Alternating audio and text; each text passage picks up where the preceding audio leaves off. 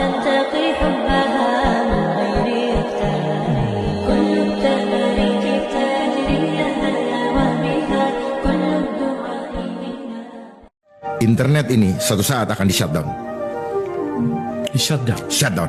Ketika Bapak sudah keasikan, edik, tidak lagi punya cadangan lain, cara lain dalam hidup, sedang jalan-jalan menggunakan mobil listrik, ya, shutdown. Nggak bisa membayangkan. Nggak bisa bayangkanlah.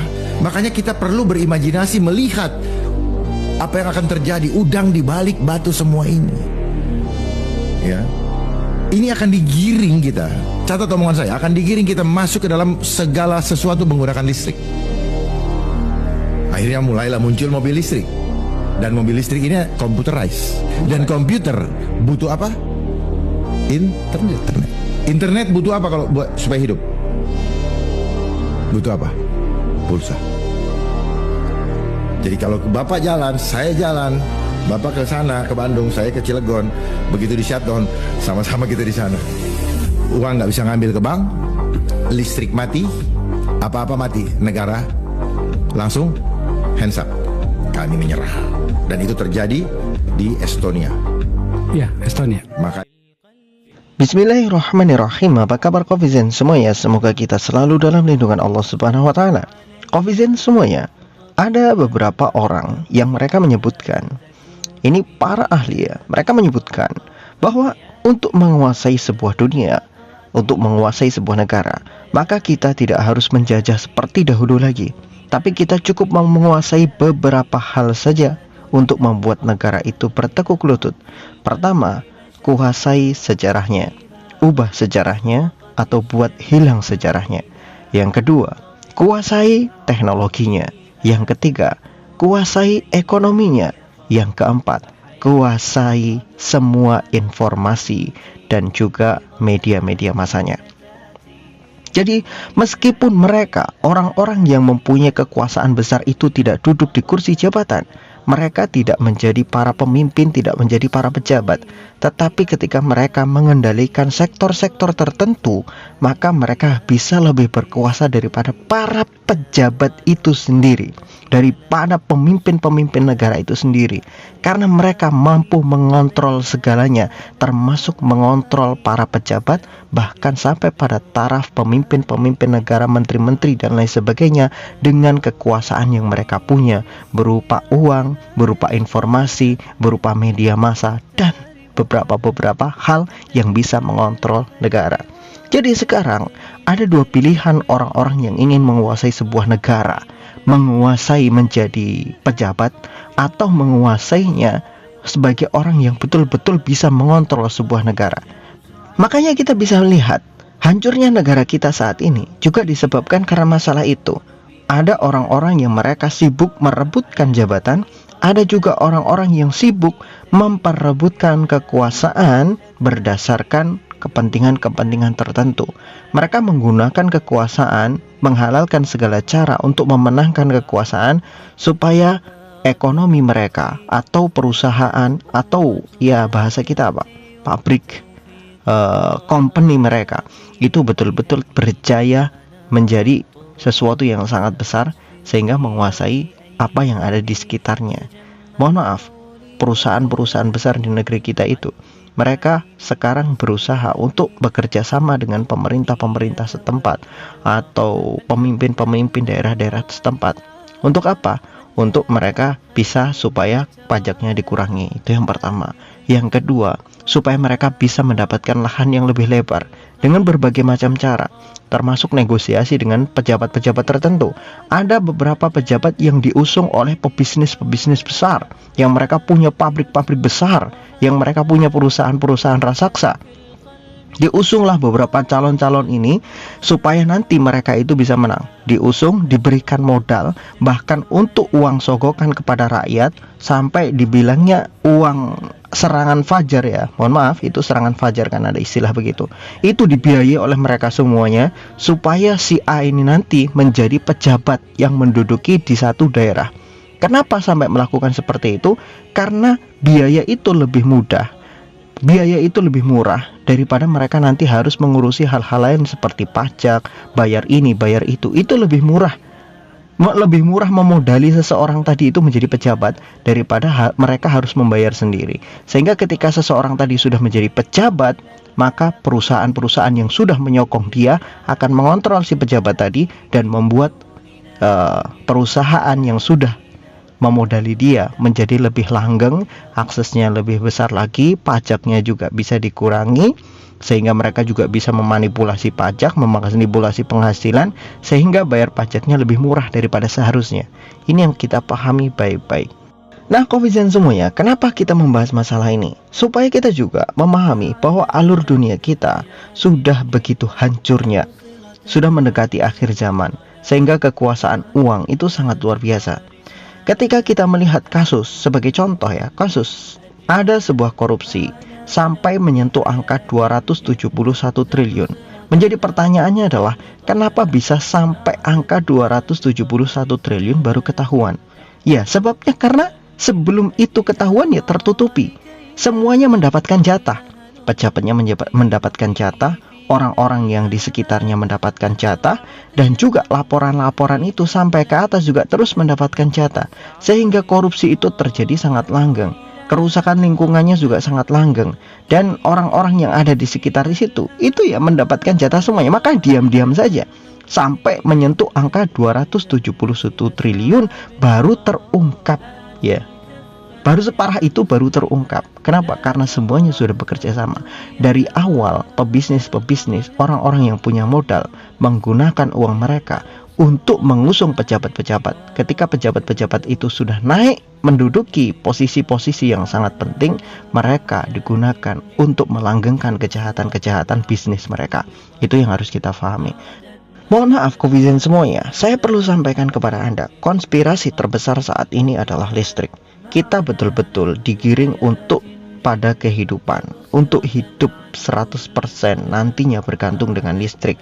Mobil listrik, motor listrik, segala sesuatunya dengan listrik. Bahkan peralatan-peralatan itu nanti akan dibarengi dengan kecerdasan buatan.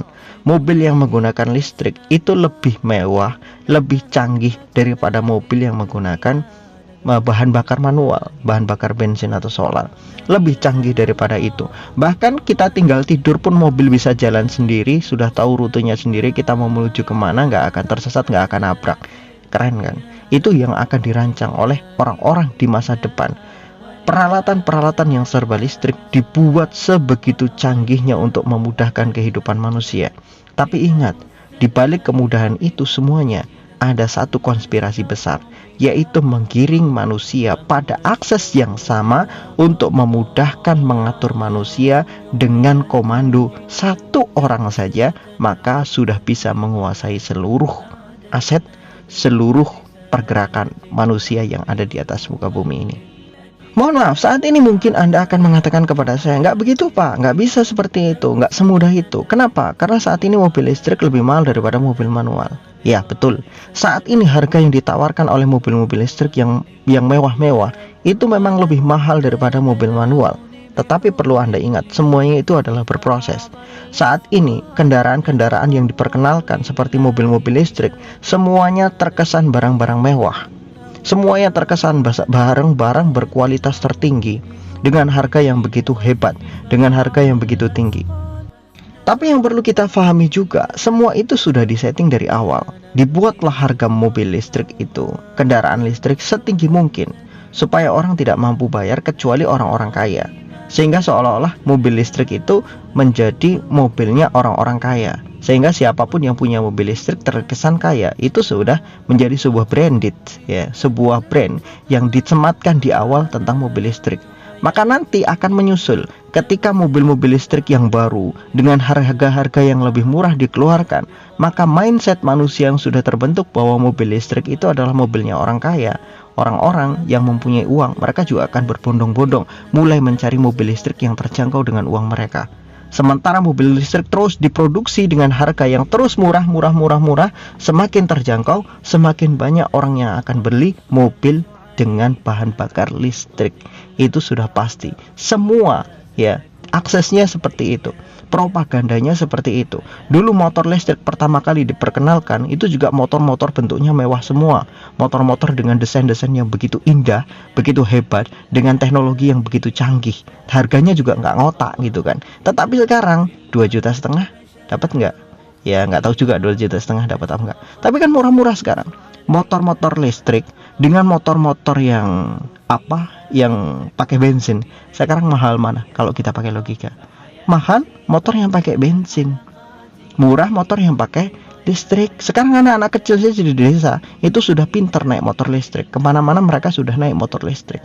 Bayangkan, itu adalah propaganda. Ketika mereka sudah seperti itu, dengan program yang sudah dirancang begitu kuat, begitu hebat, maka siapa yang akan lepas? Nggak akan pernah mungkin bisa lepas. Kendali dunia ini sekarang ditujukan kepada sesuatu yang sama. Pada tahun 2007, sebagai contoh, itu di Estonia. Estonia itu satu negara di Eropa. Itu pernah mengalami hal seperti itu. Ketika mereka dikendalikan dengan listrik, satu negara sudah dikendalikan dengan listrik, dengan internet yang begitu canggih pada tahun 2007. Di negara manapun belum ada internet yang canggih kecuali di Estonia. Maka pada saat itu seluruh akses negara semuanya menggunakan listrik, menggunakan internet, menggunakan ya segala macam kecanggihan, termasuk ngambil uang sudah pakai internet, ya transaksi sudah menggunakan internet semua. Pada saat itu sistem internet mereka tiba-tiba dibobol oleh seorang hacker. Lumpuh langsung satu negara itu. Bayangkan, tahun 2007 langsung lumpuh satu negara itu. Maka itu menjadi satu pelajaran. Ketika manusia hanya menggunakan satu akses saja dalam kehidupan sehari-hari, ketika akses itu langsung diputus seluruhnya, maka lumpuh satu negara. Kamu bisa bayangkan negara kita ini, Indonesia, ketika semuanya menggunakan serba listrik, motor, mobil, semuanya peralatan-peralatan menggunakan listrik semuanya. Bahkan mungkin nanti juga bajak sawah juga pakai kendaraan dengan listrik ya.